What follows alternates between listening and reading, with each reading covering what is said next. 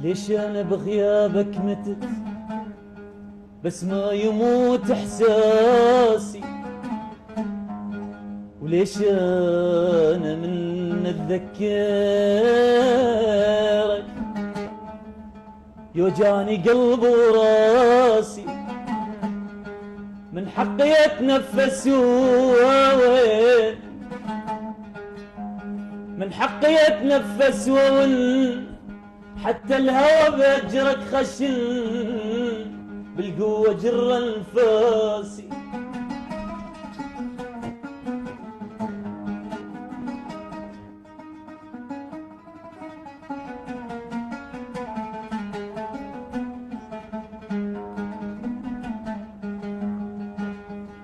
من حقي اتنفس وين،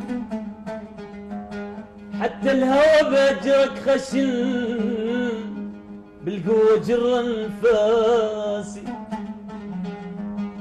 إذا أشوفك يا موتك بوس وكسر ضلوعك بحضني، وذوبك بالغزل واشفي غليلي بي، حتى تتوب بعد وما تفارقني.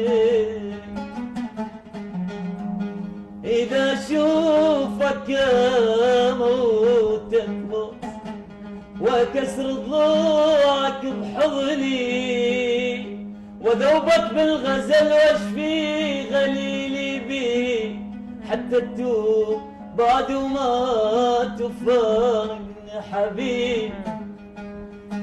قوة قوة جبرانة تفارق، قوة قوة ديوان وياه من المحبة صرنا إلهم أحلى غنوة.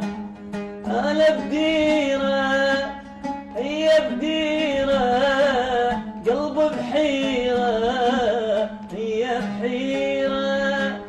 أنا بديرة هي بديرة، قلب بحيرة هي بحيرة. قوة قوة. احييك طبعا، اصفق لك اني. طبعا صوتك جميل بصراحه. نعم، اليوم الفنان ثامر الغالب مين من تاثر من الفنانين او المطربين؟ التأثير شوية كله قديم. يعني اذا اقول شو اسمع يعني شويه تفاجئين، محمد القبنشي يعني سليمه مراد، هذول تراث بحد ذاته يعني. بالضبط. هذه هي المدرسه الصحيحه يعني. بالضبط.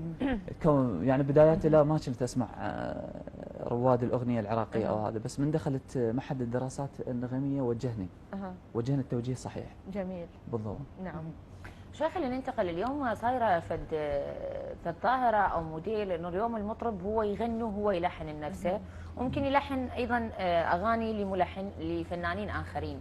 مع ولا ضد انت هذا الموضوع ثامر؟ لا بالعكس، مع يعني والتلحين هو بصوره عامه يعني مو اي شخص يجي يلحن، لان التلحين هو يعتبر موهبه حال الصوت. يعني شخص اذا ما عنده صوت لو يدرس سنوات ما يصير عنده صوت، هي موهبه. اي بس مو المفروض هو كل من ضمن اختصاصه. لليوم احنا لو نريد نتحدث عن ملحنين ما يصير اكو تكرار بالحانهم. اليوم عندنا مثلا علي صابر، الاستاذ علي صابر والاستاذ علي بدر، يعني اسامي كثيره حقيقه، بالاضافه الى الاسامي اللي تكون قبل هذا الجيل، يعني عندهم فد بصمه مهمه جدا يعني. وحتى بعض الشعراء ايضا في نفس الوقت، يمكن انا ذكرت اللي ممكن يخطرون على بالي، لكن اكو اسماء اكثر يعني انه المفروض يكونوا هم